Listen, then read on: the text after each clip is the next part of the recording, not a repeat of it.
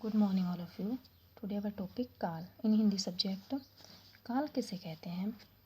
तो देखिए क्रिया के जिस रूप से यह पता चले कि क्रिया किस समय में हुई है उसे काल कहते हैं। क्रिया क्या होती है? क्रिया कार्य ही होता है, काम होता है कि काम किस समय में पूर्ण हुआ है, हो चुका है या अब चल रहा है या आने वाले समय में होगा, उसे क्या कहते हैं? काल कहते हैं। जैसे उदाहरण देखिए, मनीष क्रिकेट खेल रहा है, यानी खेल रहा है, अभी काम चल रहा है। तो नीरज क्रिकेट खेल चुका है, यानी वो पूरा कर चुका है, क्रिकेट खेल के आ चुका है वो। विवेक क्रिकेट खेलेगा, यानी भी खेला नहीं है लेकिन खेलेगा।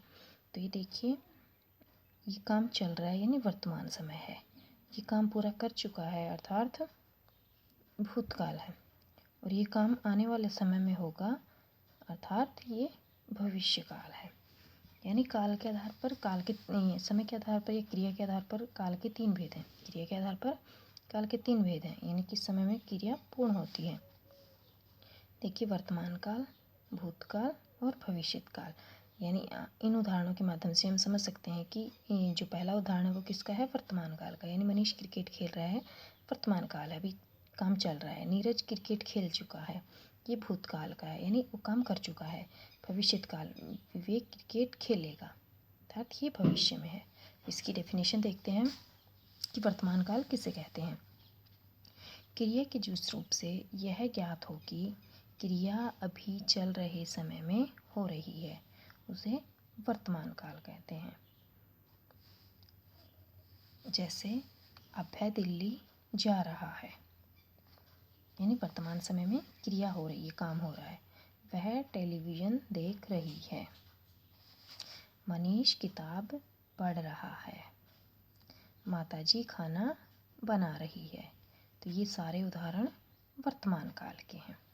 देखिए, वर्तमान काल की पहचान क्या होगी, यानी क्या होगा कि प्राय वर्तमान काल के क्रियापदों में, पद क्या होते हैं मैंने बार बार बताया है, शब्द ही होते हैं, कि प्राय वर्तमान काल के क्रियापदों में अंत में हूँ, हाई, हाई और उनके साथ ता, ती, ते, या, रहा, रही, रहे इत्यादि आते हैं, वहाँ वर्तमान काल होता है। इसके बाद नेक्स्ट देखिए, भूतकाल। क्रिया के जिस रूप से यह पता चले कि कार्य बीते हुए समय में हुआ है उसे भूतकाल कहते हैं। यानी जो कार्य हो चुका है बीते हुए समय में।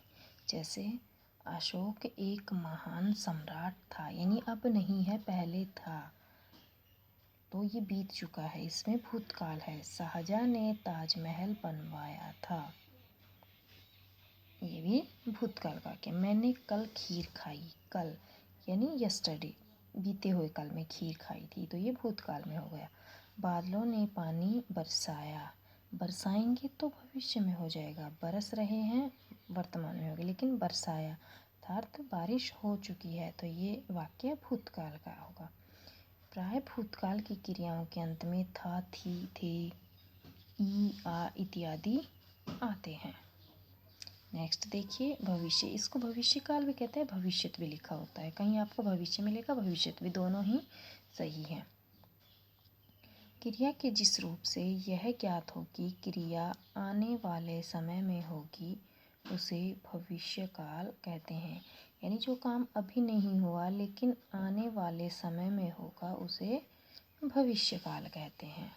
जैसे देखिए, गर्मी की छुट्टियों में हम नानी के घर जाएंगे, यानी अभी गर्मियाँ आई नहीं है, छुट्टियाँ लगी नहीं है, लेकिन जब छुट्टियाँ होंगी तब नानी के घर जाएंगे। मैं आज सिनेमा देखने जाऊंगा। वह कल दिल्ली से यहाँ आएगा, आया नहीं है, आएगा कल। कल देखिए, एक कल होता है आने वाला कल, एक होता है बीता हुआ कल। इसका इनको वाक्य में प्रयोग कर देते हैं, एक जैसे समान शब्द हैं, सेम शब्द हैं, लेकिन इनका काल या इन कैसे पता लगेगा हमें? क्रिया के आधार पर।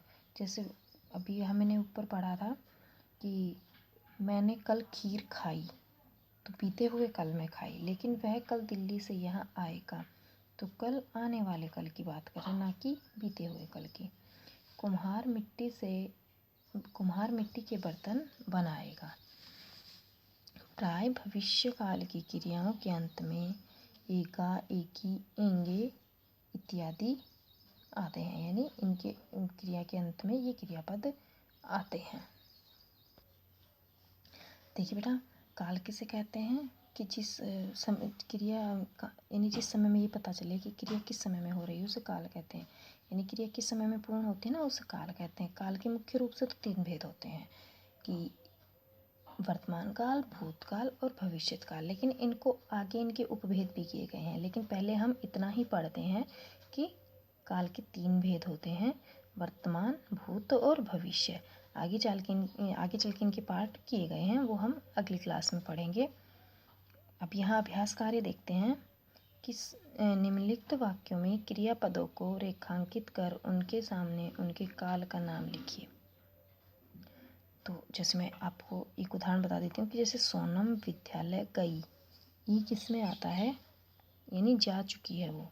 तो इस तरह से जो क्रियापद है उसको आपको रेखांकित करना है और उसके सामने ये कौन सा काल है उसका नाम लिखना है। तो चली गई कौन सा है, भूत हो जाएगा इसमें, भूतकाल। इस तरह से आपको होमवर्क करना है।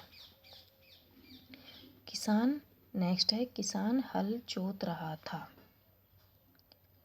नेक्स्ट है सिपाही ने चोर को पीटा। प्रधानाचार्य सबको समझाएंगे। हम आपसे पूछने वाले हैं। हम खेल रहे हैं। वे परीक्षा दे चुके थे। उसने कुएं से पानी भर लिया है। संभवतः आज चाचा जी घर आए। मोहित कल पढ़ने जाएगा। सुभाष चंद्र बोस ने आज़ाद हिंद फौज का गठन किया था। ये आपका अभ्यास कार्य है। आपका काल का टॉपिक कंप्लीट हो चुका है। इसके बाद नेक्स्ट क्वेश्चन है कि निम्नलिखित धातुओं से तीनों कालों में वाक्य निर्माण करें। देखिए बेटा, धातु क्या होती हैं, यानी क्रिया का जो मूल रूप होता है ना उसे धातु कहते हैं। जैसे पढ़, दे, आ, जैसे पढ़ से पढ़ना, दे से देना, से आना, खे से खेलना, पी से पीना, इस तरह से। तो जैसे एक वाक्य मैंने बनाया कि पढ़ मीन्स जैसे वह पढ़ता है, तीनों कालों में, तो ये वर्तमान का हो गया, वह पढ़ता था, ये हो गया भूतकाल का। वह पढ़ेगा, ये हो गया भविष्यकाल का। इसी तरह से एक ही धातु से आपको 3 वाक्यों का निर्माण करना है। देखिए ऊपर लिखा है निम्नलिखित धातुओं से तीनों कालों में वाक्य निर्माण करें, यानी वर्तमान में, भूत में और भविष्य में। इसी तरह से क्रियापद है दे, आ, खेल, पी, खा, उठ, लिख, गा, धो। जैसे दे से देना हो जाएगा, आ से आना, खेल से खेलना, पी से पीना, खा से खाना, उठ से उठना, लिख से लिखना, गा से गाना और धो से धोना। ये इनके क्रिया के रूप हो जाएंगे। यानी जब हम धातु में ना प्रत्यय लगा देते हैं ना तो क्रिया का निर्माण हो जाता है। प्रत्येक क्रियापद से या प्रत्येक धातु से हमें 3 वाक्यों का निर्माण करना है।